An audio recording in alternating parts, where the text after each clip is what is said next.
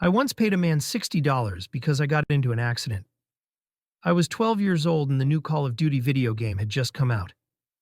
I was staying with my grandparents for my Thanksgiving break from school, so I had a lot of downtime and eventually grew bored. I managed to save enough money for the game and kept begging my grandpa to drive me to GameStop. He said he would, but would always end up playing poker with his friends all night and eventually falling asleep on the couch.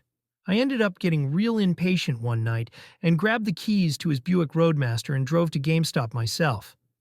Once I got to GameStop, I was told by the employee that I need to be 17 to buy the game and that what I was doing was illegal. He said he was going to call the cops, so I panicked and ran to my car and sped out of the parking lot. As I was speeding, I ended up hitting a truck. The man gets out the truck and is very angry, but once he sees it's a 12-year-old kid, he calms down and asks me if I'm okay. I start crying and tell him I took my grandpa's car without him knowing, and I give him my $60 and beg him not to call the cops. He looks at his truck. He sees there is no real damage and looks at my bent bumper, and he takes my $60 and tells me to get out of here.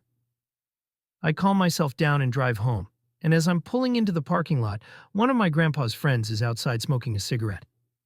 He sees the dent in the car and chuckles. I go inside without saying a word. I have trouble sleeping that night because I fully expect my grandpa to flip out at me over his car, but when I go down to breakfast in the morning, I am completely surprised. It turns out his friend did tell him about his Buick.